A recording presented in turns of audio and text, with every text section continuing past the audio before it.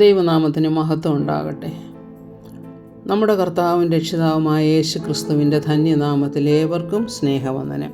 ഇന്നത്തെ നമ്മുടെ ചിന്തയ്ക്കായി എടുത്തിരിക്കുന്ന വിഷയം ദൈവത്തിൻ്റെ ജ്ഞാനമാകുന്ന സഭയുടെ മർമ്മം എന്നുള്ളതാണ്. അതായത് പൗലോസ് അപ്പോസ്തലന് വെളിപ്പെട്ട സഭയുടെ മർമ്മങ്ങൾ എന്താണ്, ആ രഹസ്യങ്ങൾ എന്ത് രഹസ്യങ്ങളാണ് പൗലോസ് അപ്പോസ്തലന് വെളിപ്പെട്ട് കിട്ടിയത്?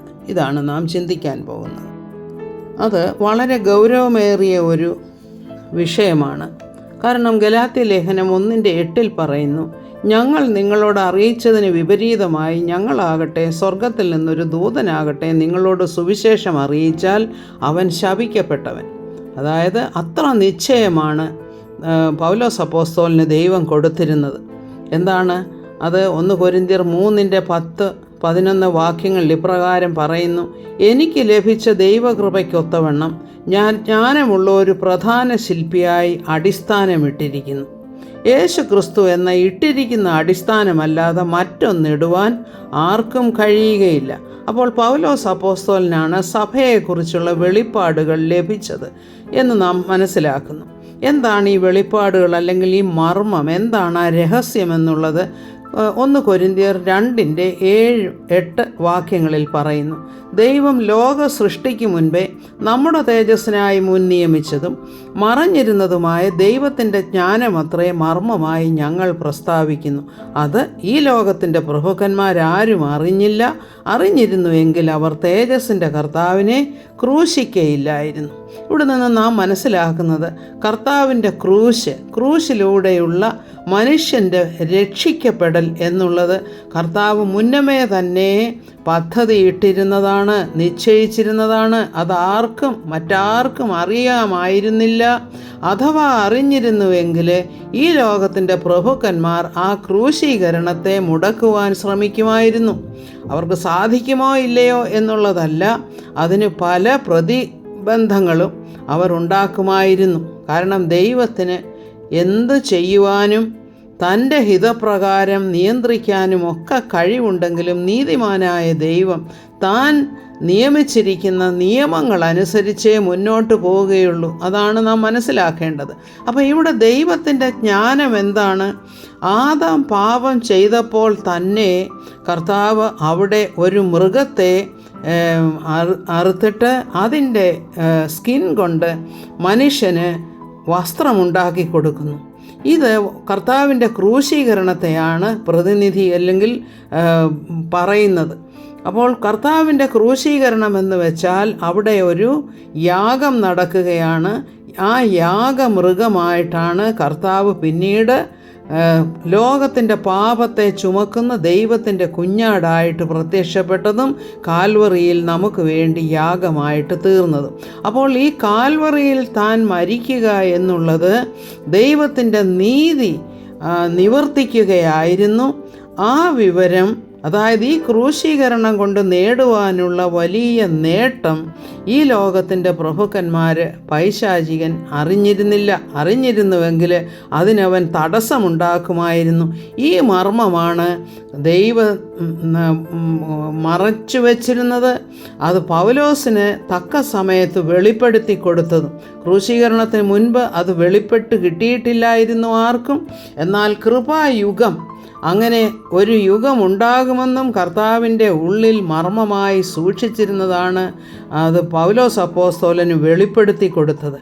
ഇതാണ് നാം പ്രത്യേകമായിട്ട് മനസ്സിലാക്കേണ്ടത്. പൗലോസ് അപ്പോസ്തലനെ എങ്ങനെയാണ് പ്രധാന ശില്പിയായി, അതായത് സഭയുടെ പ്രധാന ശില്പിയായി കർത്താവ് നിയമിക്കാൻ ഇടയായത്.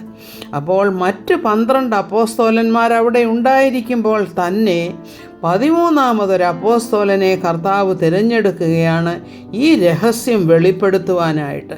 അപ്പോൾ പല രഹസ്യങ്ങൾ, പുതിയ നിയമസഭയെക്കുറിച്ചുള്ളത്, പുതിയ നിയമത്തിൻ്റെ ഉപദേശങ്ങളെക്കുറിച്ചുള്ളത്, എന്താണ് വിശ്വാസം, എങ്ങനെയാണ് ഒരു വിശ്വാസി ജീവിക്കേണ്ടത്, ഈ വക കാര്യങ്ങളൊക്കെ പൗലോസ് അപ്പോസ്തലന് ദൈവം വെളിപ്പെടുത്തി കൊടുത്തു.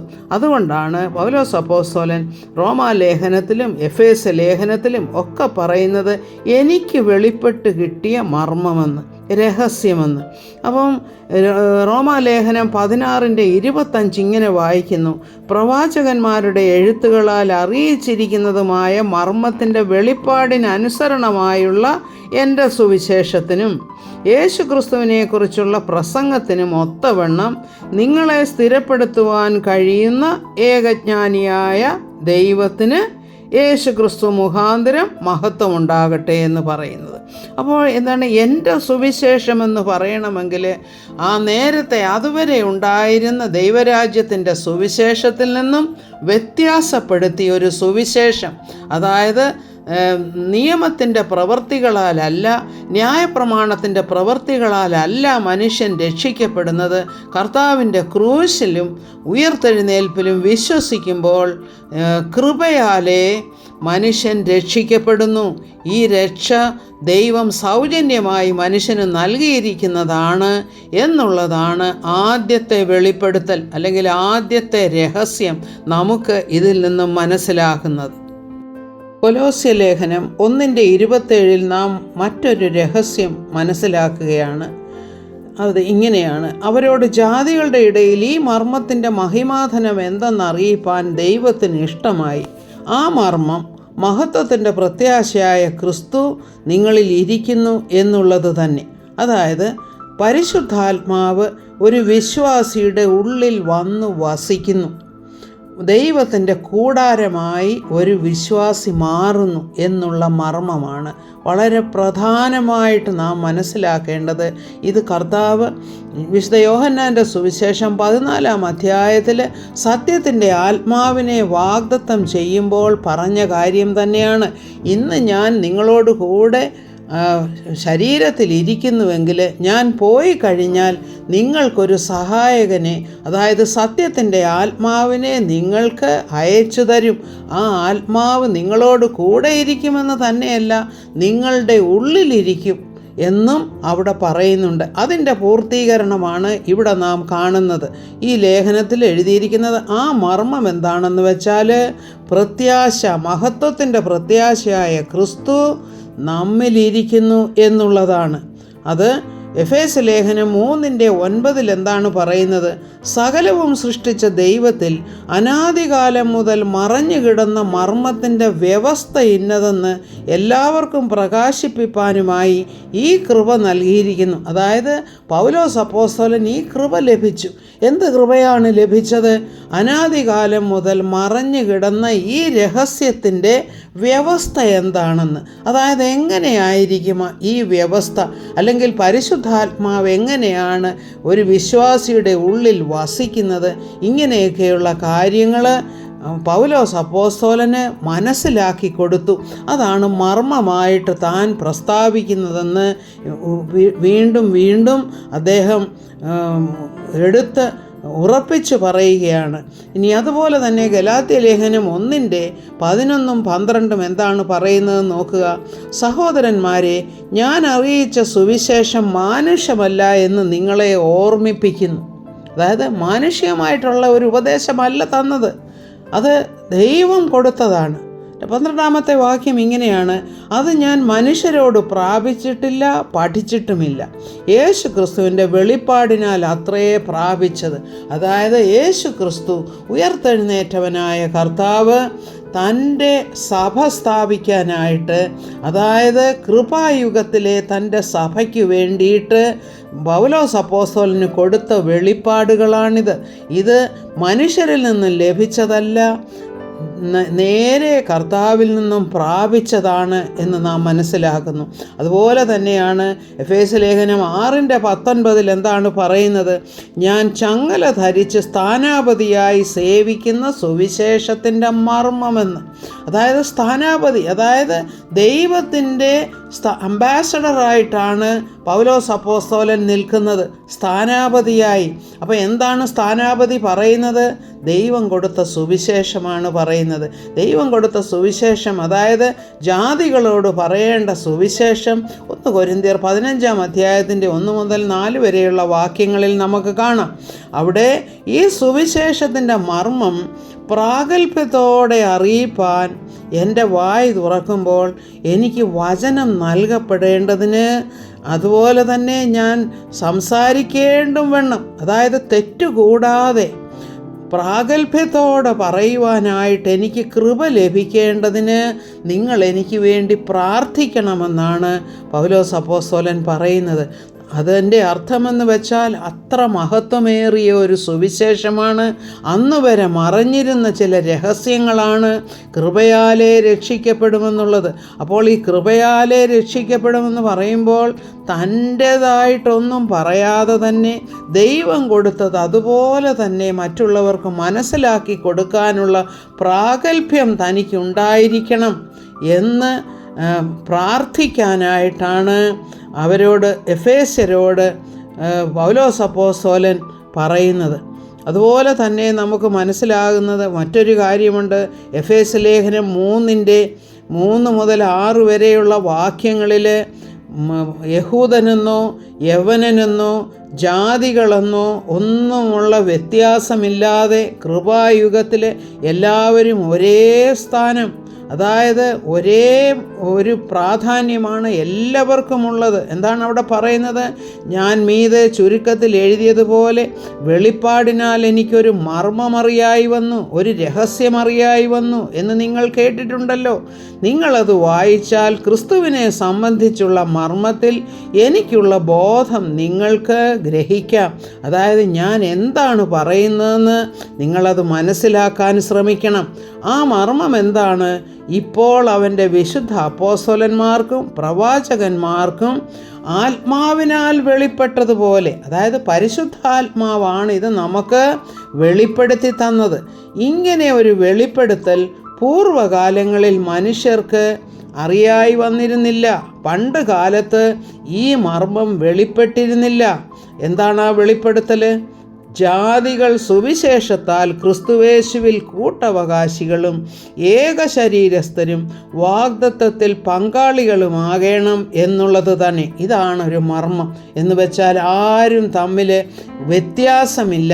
വിശ്വസിക്കുന്ന ഏവനും ദൈവത്തിൻ്റെ മക്കളായിട്ട് തീരുന്നു, കർത്താവിൻ്റെ കുടുംബത്തിലെ അംഗങ്ങളായി തീരുന്നു.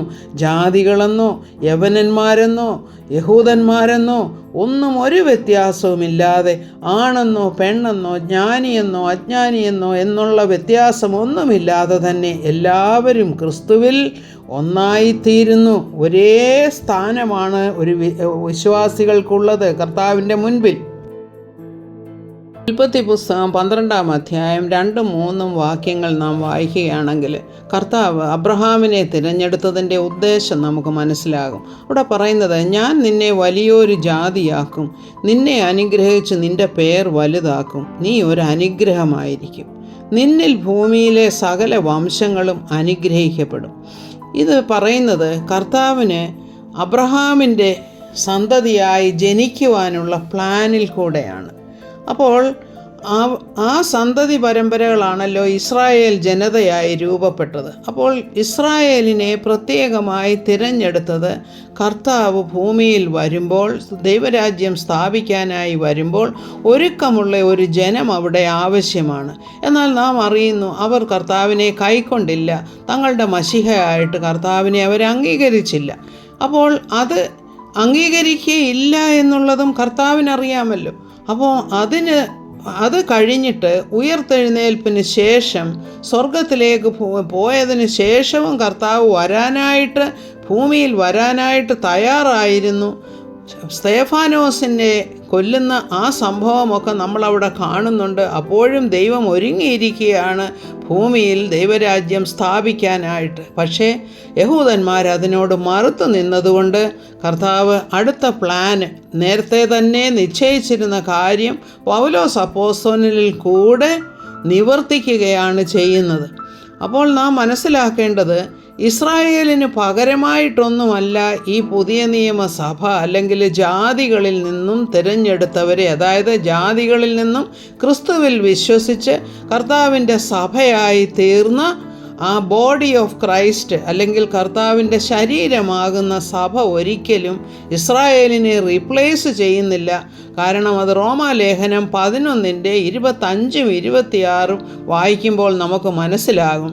സഹോദരന്മാരെ, നിങ്ങൾ ബുദ്ധിമാന്മാരെന്ന് നിങ്ങൾക്ക് തന്നെ തോന്നാതിരിപ്പാൻ ഈ രഹസ്യം അറിയാതിരിക്കരുത് എന്ന് ഞാൻ ആഗ്രഹിക്കുന്നു. എന്താണ് ആ രഹസ്യം? അവിടെയും പൗലോസ് അപ്പോസ്തലൻ പറയുന്നത് ഇതൊരു രഹസ്യമാണ്. നിങ്ങൾ രക്ഷിക്കപ്പെട്ടു, വിശ്വാസത്താൽ കൃപയാലേ നിങ്ങൾ രക്ഷിക്കപ്പെട്ടപ്പോൾ നിങ്ങൾ വലിയ ബുദ്ധിമാന്മാരാണെന്നോ, നിങ്ങളെന്താ പ്രത്യേകമായിട്ട് കഴിവുള്ളവരോ അല്ലെങ്കിൽ അർഹതപ്പെട്ടവരോ ആണെന്ന് നിങ്ങൾ ഒരിക്കലും ചിന്തിക്കരുത്. ഒരു രഹസ്യമുണ്ട്. എന്താണത്? ജാതികളുടെ പൂർണ്ണസംഖ്യ ചേരുവോളം ഇസ്രായേലിന് അംശമായി കാഠിന്യം ഭവിച്ചിരിക്കുന്നു. അതായത് ജാതികളിൽ നിന്നും ഒരു പൂർണ്ണ സംഖ്യ കർത്താവ് നിശ്ചയിച്ചിരിക്കുന്ന അത്രയും ആളുകൾ ക്രിസ്തുവിലേക്ക് വരണം. അത് കഴിയുമ്പോൾ അതുവരെ ഇസ്രായേലിന് അംശമായി കാഠിന്യം ഭവിച്ചിരിക്കുകയാണ്. എന്നാൽ അവരെ മുഴുവനും കർത്താവ് രക്ഷിക്കും. അവിടെ എഴുതിയിരിക്കുന്നത്, വിടുവിക്കുന്നവൻ സിയോനിൽ നിന്ന് വരും, അവൻ യാക്കോബിൽ നിന്ന് അഭക്തിയെ മാറ്റും എന്നാണ്. അതായത് ഇസ്രായേലിനൊരു വിടുതലുണ്ട്. അത് പഴയ നിയമ പ്രവാചകന്മാരെല്ലാം അതിനെക്കുറിച്ച് പറയുന്നുണ്ട്. ഇതിൽ നിന്നും വ്യത്യാസമുള്ള ഒരു പദ്ധതിയാണ് പുതിയ നിയമസഭയ്ക്ക് വേണ്ടി കർത്താവ് കരുതിയിരിക്കുന്നത്.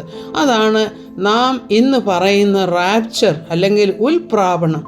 ഉൽപ്രാപണം എന്നുള്ള വാക്ക് വേദപുസ്തകത്തിൽ ഇല്ല എങ്കിൽ തന്നെയും അതെന്താണ് സംഭവിക്കാൻ പോകുന്നത് എന്നുള്ള കാര്യം 1 കൊരിന്ത്യർ 15-ാം അധ്യായത്തിൽ 51-52 വാക്യങ്ങളിൽ പറയുന്നു. പിന്നെ തെസ്സലോനിക്ക ലേഖനത്തിൽ പറയുന്നു. അത് നമുക്കൊന്ന് നോക്കാം. 51-ാമത്തെ വാക്യം ഇങ്ങനെയാണ്: ഞാനൊരു മർമ്മം നിങ്ങളോട് പറയാം. കണ്ടോ, ഇവിടെയും ഒരു രഹസ്യമാണ്, ഒരു മർമ്മമാണ്. എന്താണ് രഹസ്യം? നാം എല്ലാവരും നിദ്ര കൊള്ളുകയില്ല. അന്ത്യകാഹളനാദത്തിങ്കൽ പെട്ടെന്ന് കണ്ണിമയ്ക്കുന്നതിനിടയിൽ നാം എല്ലാവരും രൂപാന്തരപ്പെടും. അതായത് സമയം ഇങ്ങനെ പോയിക്കൊണ്ടിരിക്കും. ജാതികളുടെ പൂർണ്ണ സംഖ്യ തികയുമ്പോൾ എന്താണ് സംഭവിക്കുന്നതെന്ന് വെച്ചാൽ, അതായത് ജാതികൾ കർത്താവിൽ വിശ്വസിച്ച് കർത്താവിൻ്റെ സഭയായി തീർന്ന അതിൻ്റെ ഒരു സാച്ചുറേഷൻ പീരിയഡ് വരുമ്പോൾ അന്ത്യകാഹളം ധ്വനിക്കും. കണ്ണിമയ്ക്കുന്നതിനിടയിൽ നാം എല്ലാവരും രൂപാന്തരപ്പെടും. വി വിൽ ബി ട്രാൻസ്ഫോംഡ് എന്നാണ്. അപ്പോൾ കാഹളം ധ്വനിക്കും, മരിച്ചവർ അക്ഷയരായി ഉയർക്കുകയും നാം രൂപാന്തരപ്പെടുകയും ചെയ്യും. അതായത് ക്രിസ്തുവിൽ മരിച്ചവരെല്ലാവരും ഉയർത്തെഴുന്നേൽക്കും. അവരൊരു പുതിയ ശരീരത്തെ പ്രാപിക്കും. ജീവിച്ചിരിക്കുന്നവരായ നാമും നമ്മുടെ ഈ ജഡശരീരം വിട്ട് പുതിയ ഒരു ശരീരം നമുക്കും ലഭിക്കുമെന്നുള്ളതാണ് പൗലോസ് അപ്പോസ്തലൻ പറയുന്നത്. ഇതും ഒരു രഹസ്യമാണ്. അത് പൗലോസ് അപ്പോസ്തലന് വെളിപ്പെട്ട രഹസ്യമാണ്. അത് മറ്റാർക്കും അത് വെളിപ്പെട്ടിട്ടില്ല. എന്നാൽ ദാനിയേൽ പ്രവചനത്തിൽ 12-ാം അധ്യായത്തിൽ പറയുന്നത് എന്താണ്? അവിടെയും പുനരുത്ഥാനത്തെക്കുറിച്ച് പറയുന്നുണ്ട്. ദാനിയേൽ 12:2 പറയുന്നുണ്ട്, നിലത്തിലെ പൊടിയിൽ നിദ്ര കൊള്ളുന്നവരിൽ പലരും ചിലർ നിത്യജീവനായും ചിലർ ലജ്ജയ്ക്കും നിത്യനിന്ദയ്ക്കായും ഉണരുമെന്ന്. അപ്പോൾ 2 തരത്തിലുള്ള ആളുകളാണ് അവിടെയും, രക്ഷിക്കപ്പെട്ടവരും രക്ഷിക്കപ്പെടാത്തവരും. അവിടെ എന്താണ് പറയുന്നത്? നിത്യജീവനായിട്ട് ഉണരുന്നവരുണ്ട്, നിത്യനിന്ദയ്ക്കായി ഉണരുന്നവരുണ്ട്. അവിടെയും ഒരു പുനരുത്ഥാനം തന്നെയാണ് സംഭവിക്കുന്നത്. എന്നാൽ പുതിയ നിയമസഭയ്ക്ക് അതൊരു വ്യത്യാസപ്പെട്ട രീതിയിലുള്ളതാണ്, അനുഗ്രഹിക്കപ്പെട്ട രീതിയിലുള്ളതാണ്. ഇതാണ് പുതിയ നിയമസഭയുടെ പ്രത്യാശയെന്ന് പറയുന്നത്, ദ ബ്ലെസ്സഡ് ഹോപ്പ് എന്ന് പറയുന്നത്. ഈ മർമ്മം വലിയത് എന്നാണ് പലപ്പോഴും എഫേസ്യ ലേഖനത്തിൽ കൂടെ പൗലോസ് അപ്പോസ്തലൻ നമ്മോട് വിളിച്ചറിയിക്കുന്നത്. ഇനി നമുക്ക് 1 കൊരിന്ത്യർ 12-ാം അധ്യായം 12-ഉം 13-ഉം വാക്യങ്ങളൊന്ന് നോക്കാം. അതായത് സഭ ക്രിസ്തുവിൻ്റെ ശരീരമാകുന്നു എന്ന് പറയുന്ന വേദഭാഗമാണത്. അവിടെ പറയുന്നത് ശരീരം ഒന്ന്, അതിന് അവയവം പലതുണ്ട്. അതുപോലെയാണ് നാം ഓരോരുത്തരും. അതായത് ക്രിസ്തുവിൽ വിശ്വസിച്ച് ക്രിസ്തുവിൻ്റെ സഭയുടെ അംഗമായി തീരുന്ന നാം എല്ലാം ക്രിസ്തുവിൻ്റെ ശരീരമാകുന്ന സഭയുടെ അംഗങ്ങളാണ് എന്നാണ് പറയുന്നത്. ഒരു ശരീരവും, അതായത് ശരീരത്തിലെ അവയവങ്ങളുമായിരിക്കുമെന്ന്. യഹൂദന്മാരോ യവനന്മാരോ ദാസന്മാരോ സ്വതന്ത്രരോ നാം എല്ലാവരും ഏക ശരീരമാകുമാറ് ഒരേ ആത്മാവിൽ സ്നാനമേറ്റും എല്ലാവരും ഒരേ ആത്മാവിനെ പാനം ചെയ്തുമിരിക്കുന്നു. അതായത് അവിടെ വ്യത്യാസമില്ല, എല്ലാവരും സമന്മാരാണ്. പിന്നെ പ്രതിഫലം വേറെ ആയിട്ടുണ്ട്. പ്രതിഫലം എന്ന് വെച്ചാൽ ക്രിസ്തുവിലായവർക്ക് ഒരു ശിക്ഷാവിധിയുമില്ല, അവർക്ക് പ്രതിഫലമുണ്ട്. പക്ഷേ ഈ ലോകത്തിൽ ജീവിക്കുന്ന സമയത്ത് കർത്താവിൻ്റെ കൽപ്പനകൾ, അതായത് കർത്താവിനെ സ്നേഹിച്ച് അത് കർത്താവിനോടുള്ള സ്നേഹം നമ്മുടെ ജീവിതത്തിൽ വെളിപ്പെടുത്തി ജീവിക്കുമ്പോൾ അവർക്ക് തീർച്ചയായിട്ടും ദൈവം പ്രതിഫലം കൊടുക്കും. അതാണ് 2 കൊരിന്ത്യർ 5:10 പറയുന്നത്, അവനവൻ ശരീരത്തിൽ ഇരിക്കുമ്പോൾ ചെയ്തത് നല്ലതാകിലും തീയതാകിലും അതിന് തക്കവണ്ണം പ്രാപിപ്പാൻ ഒരു പ്രതിഫലം ഒരുക്കിയിട്ടുണ്ട് എന്നുള്ളത്. ഇനി 2 തെസ്സലോനിക്കർ 2:7 എന്താണ് പറയുന്നത്? വേറൊരു മർമ്മം അവിടെ വെളിപ്പെടുത്തുകയാണ്, അധർമ്മത്തിൻ്റെ മർമ്മം. അതായത് അന്ധകാരത്തിൻ്റെ ശക്തികൾ ഇപ്പോഴേ ഇവിടെ വ്യാപരിക്കുന്നുണ്ട്. എന്നാൽ തടുക്കുന്നവൻ വഴിയിൽ നിന്ന് നീങ്ങിപ്പോയി കഴിഞ്ഞേ എന്ത് നടക്കുകയുള്ളൂ? ഉൽപ്രാവണം നടക്കുമ്പോൾ എന്ത് സംഭവിക്കുമെന്ന് വെച്ചാൽ പരിശുദ്ധാത്മാവ് ആണല്ലോ ഈ അധർമ്മത്തിൻ്റെ മർമ്മത്തെ തടയുന്നത്. അപ്പോൾ പരിശുദ്ധാത്മാവും അതോടുകൂടെ, അതായത് വിശ്വാസികളോടൊപ്പം പോകും. എന്നാൽ വീണ്ടും പ്രവർത്തനമുണ്ട്, പരിശുദ്ധാത്മാവിൻ്റെ പ്രവർത്തനമുണ്ട്, അതിനെ സൂചിപ്പിക്കുന്ന വചനങ്ങളുണ്ട്. അധർമ്മത്തിൻ്റെ മർമ്മത്തെക്കുറിച്ച് അവിടെ പറയുന്നുണ്ട്. അതൊരു രഹസ്യമാണ്, അത് നമ്മൾ മനസ്സിലാക്കാൻ വേണ്ടി പറയുന്നതാണ്. ഇനി വേറൊരു മർമ്മമെന്ന് പറഞ്ഞാൽ ദൈവഭക്തിയുടെ മർമ്മമാണ് വേറൊന്ന്. 1 തീമോഥെയോസ് 3:16 എന്താണ് പറയുന്നത്? അവൻ ജഡത്തിൽ വെളിപ്പെട്ടു, ആത്മാവിൽ നീതീകരിക്കപ്പെട്ടു. കർത്താവിൻ്റെ ജനനം, കർത്താവിൻ്റെ പ്രവർത്തനം, ക്രൂശീകരണം, ഇതൊക്കെ കുറിച്ച് പറയുന്നതാണിത്. അവൻ ദൂതന്മാർക്ക് പ്രത്യക്ഷനായി, അവൻ ജാതികളുടെ ഇടയിൽ പ്രസംഗിക്കപ്പെട്ടു. ജാതികളുടെ ഇടയിൽ ആരിൽ കൂടെയാണ് പ്രസംഗിക്കപ്പെട്ടത്? പൗലോസ് അപ്പോസ്തലനും പൗലോസ് അപ്പോസ്തലൻ്റെ കൂടെ ഉണ്ടായിരുന്ന പുതിയ നിയമസഭയുടെ അപ്പോസ്തലന്മാരായ സിൽവാനോസ്, ബർന്നബാസ്, ഇങ്ങനെ തിമോത്തി, ടൈറ്റസ്, ഇവരൊക്കെയുമുണ്ട്. അതുകൂടാതെ പ്രവാചകന്മാരുണ്ട്. നമ്മൾ അപ്പോസ്തല പ്രവൃത്തികൾ വായിക്കുമ്പോൾ നമുക്ക് അവരുടെയൊക്കെ പേരുകൾ കുറേയൊക്കെ മനസ്സിലാക്കാൻ സാധിക്കും.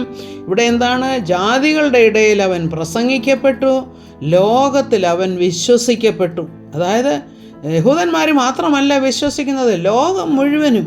ലോകത്തിൽ തിരഞ്ഞെടുക്കപ്പെട്ടവരെന്ന് വെച്ചാൽ മുൻ നിയമിച്ചിരുന്നവർ, അവർ വിശ്വസിച്ചു, കർത്താവിൽ തേജസ്സിലെടുക്കപ്പെട്ടു. ആര് തേജസ്സിലെടുക്കപ്പെട്ടു? ആര് തേജസ്സിലെടുക്കപ്പെടും? കർത്താവിൽ വിശ്വസിക്കുന്നവർ തേജസ്സിലെടുക്കപ്പെടും. അതും ഈ ഉൽപ്രാവണത്തെക്കുറിച്ചും കൂടെയാണത് പറയുന്നത്. തേജസ്സിൽ കർത്താവ് എങ്ങനെ തേജസ്കരിക്കപ്പെട്ടു സ്വർഗത്തിലിരിക്കുന്നുവോ എന്ന് പറഞ്ഞതുപോലെ തന്നെ കർത്താവിൽ വിശ്വസിക്കുന്ന വിശ്വാസികളായ നാം തേജസ്സിലെടുക്കപ്പെടും. ഉൽപ്രാവണം ഇങ്ങനെയൊക്കെയുള്ള കാര്യങ്ങളാണ് ദൈവഭക്തിയുടെ മർമ്മമെന്ന് പറയുന്നത്. അതായത് ദൈവഭക്തിയുടെ ഗോഡ്ലിനെസ്സിൻ്റെ രഹസ്യങ്ങളാണിത്, ദൈവഭക്തിയുടെ മർമ്മങ്ങളാണിവ. ഇതൊക്കെയും വളരെ വലിയ കാര്യങ്ങളാണെന്നാണ് പൗലോസ് അപ്പോസ്തലൻ ഇവിടെ പറയുന്നത്. ദൈവഭക്തിയുടെ മർമ്മമാണിത്. കർത്താവിൻ്റെ ജനനം, ക്രൂശീകരണം, പുനരുത്ഥാനം, അത് കഴിഞ്ഞിട്ട് ജാതികളുടെ ഇടയിൽ കർത്താവ് പ്രസംഗിക്കപ്പെടുന്നു, കർത്താവിനെ ജനങ്ങൾ വിശ്വസിക്കുന്നു, ജാതികളുടെ പൂർണ്ണസംഖ്യ തികയുന്നു, അപ്പോൾ വിശ്വാസികൾ എടുക്കപ്പെടുന്നു. ഇതൊക്കെയും ദൈവഭക്തിയുടെ മർമ്മങ്ങളാണ്, രഹസ്യങ്ങളാണ്. ഇതൊക്കെയും ആർക്കാണ് വെളിപ്പെട്ട് കിട്ടിയത്? പൗലോസ് അപ്പോസ്തലനാണ് ഇതൊക്കെയും വെളിപ്പെട്ട് കിട്ടിയത്. ഇനി എന്താണ് പണ്ടത്തെ ദൈവത്തിൻ്റെ പ്രവർത്തനങ്ങൾക്കെതിരായി പ്രവർത്തിച്ച ദുഷ്ടശക്തികളൊക്കെയും എന്താണ് ചിന്തിച്ചത്? ദൈവത്തിൻ്റെ കർത്താവിൻ്റെ ക്രൂശീകരണത്തോടെ ഇതെല്ലാം ദൈവരാജ്യം നിന്നു പോകുമെന്നാണ് അവർ ചിന്തിച്ചത്. പക്ഷേ അങ്ങനെയല്ല. കർത്താവിൻ്റെ ചിന്തകൾ അത് രഹസ്യമായിട്ട് സൂക്ഷിച്ചിരുന്നത് പൗലോസ് അപ്പോസ്തലന് വെളിപ്പെടുത്തി കൊടുത്തു. പിന്നീട് ബോഡി ഓഫ് ക്രൈസ്റ്റായി. പിന്നീട് ബോഡി ഓഫ് ക്രൈസ്റ്റ് എടുക്കപ്പെടുന്നു. ഇതൊക്കെയും വലിയ മർമ്മങ്ങളാണ്, വലിയ രഹസ്യങ്ങളാണ്. അപ്പോൾ നാം ഇതൊക്കെയും മനസ്സിലാക്കുവാനായിട്ട് എപ്പിസൽസ്, അതായത് ലേഖനങ്ങളിലാണ് ഇതിനെക്കുറിച്ചൊക്കെയും പറഞ്ഞിരിക്കുന്നത്. ഇതൊക്കെയും വായിച്ച് നാം ദൈവ ഭക്തിയുടെ മർമ്മങ്ങളെ മനസ്സിലാക്കുകയും അതനുസരിച്ച് ജീവിക്കുകയും വേണമെന്നുള്ളതാണ് നമ്മോട് കർത്താവ് തന്നെ പരിശുദ്ധാത്മാവ് നമ്മോട് ആവശ്യപ്പെടുന്നത്. പരിശുദ്ധാത്മാവിൻ്റെ ഹിതമതാണ്, ദൈവഹിതമതാണ്. അപ്പോൾ സ്വർഗത്തിൽ നിന്ന് അയച്ച പരിശുദ്ധാത്മാവിനാൽ നാം ഇപ്പോൾ ഈ മർമ്മങ്ങൾ ഗ്രഹിച്ചിരിക്കുകയാണ്. ഈ മർമ്മങ്ങളിലേക്ക് ദൈവദൂതന്മാരും കുനിഞ്ഞു നോക്കുവാൻ ആഗ്രഹിക്കുന്നു എന്നാണ് പത്രോസ് അപ്പോസ്തലൻ 1 പത്രോസിൻ്റെ 1:10 പറയുന്നത്. അതായത് ദൂതന്മാർക്ക് പോലും ഇത് വെളിപ്പെട്ട് കിട്ടിയിരുന്നില്ല എന്നുള്ളതാണ്. അപ്പോസ്തലന് വെളിപ്പെട്ട ഈ മർമ്മങ്ങളെക്കുറിച്ചും പൗലോസ് അപ്പോസ്തലൻ്റെ പ്രസംഗങ്ങളെക്കുറിച്ചും പത്രോസ് അപ്പോസ്തലൻ എന്താണ് പറഞ്ഞിരിക്കുന്നത് എന്ന് നോക്കാം. 2 പത്രോസ് 3:15-16 വാക്യങ്ങൾ ഞാൻ വായിക്കുകയാണ്. അങ്ങനെ തന്നെ പ്രിയ സഹോദരനായ പൗലോസും തനിക്ക് ലഭിച്ച ജ്ഞാനത്തിന് തക്കവണ്ണം നിങ്ങൾക്കും ഇതിനെക്കുറിച്ച് സംസാരിക്കുന്ന സകല ലേഖനങ്ങളിലും എഴുതിയിട്ടുണ്ടല്ലോ. അവയിൽ ഗ്രഹിപ്പാൻ പ്രയാസമുള്ളത് ചിലതുണ്ട്. എന്നാൽ അറിവില്ലാത്തവരും അസ്ഥിരന്മാരായവരും ശേഷം തിരുവെഴുത്തുകളെ പോലെ അതും തങ്ങളുടെ നാശത്തിനായി കോട്ടിക്കളയുന്നു. അപ്പോൾ അത് മനസ്സിലാക്കാൻ വിഷമമുള്ളതാണ് പലർക്കും. എന്നാൽ ചിലർ മനഃപൂർവ്വമായി അത് മനസ്സിലാക്കാൻ ശ്രമിക്കുന്നില്ല, അത് കോട്ടിക്കളയാനായിട്ട് ശ്രമിക്കുന്നു. എന്നാൽ പത്രോസ് അപ്പോസ്തലൻ അതിനെക്കുറിച്ച് എന്താണ് ഉപദേശിക്കുന്നതെന്ന് നോക്കാം. എന്നാൽ പ്രിയമുള്ളവരെ, നിങ്ങൾ മുൻപ് കൂട്ടി അറിഞ്ഞിരിക്കൊണ്ട് അധർമ്മികളുടെ വഞ്ചനയിൽ കുടുങ്ങി സ്വന്തം സ്ഥിരത വിട്ട് വീണു പോകാതിരിപ്പാൻ സൂക്ഷിച്ചു കൊള്ളുവീൻ. അതായത് ഈ വക കാര്യങ്ങൾ വായിച്ച് ശരിയായി മനസ്സിലാക്കുക. പൗലോസ് അപ്പോസ്തലന് വെളിപ്പെട്ട മർമ്മങ്ങൾ നിങ്ങൾ മനസ്സിലാക്കാൻ ശ്രമിക്കുക. ക്ഷമയോടെ അത് പഠിച്ച് മനസ്സിലാക്കി അത് പിന്തുടരുക എന്നുള്ളതാണ് പത്രോസ് അപ്പോസ്തലൻ ഇവിടെ പറയുന്നത്. ഇനി നമുക്ക് പൗലോസ് അപ്പോസ്തലൻ തന്നെ ഫിലിപ്പിയ ലേഖനത്തിൽ എന്താണ് പറയുന്നതെന്ന് നോക്കാം. നിങ്ങളിൽ നല്ല പ്രവൃത്തിയെ ആരംഭിച്ചവൻ യേശു ക്രിസ്തുവിൻ്റെ നാളോളം അതിനെ തികയ്ക്കുമെന്ന് ഉറപ്പായി വിശ്വസിച്ചുമിരിക്കുന്നു.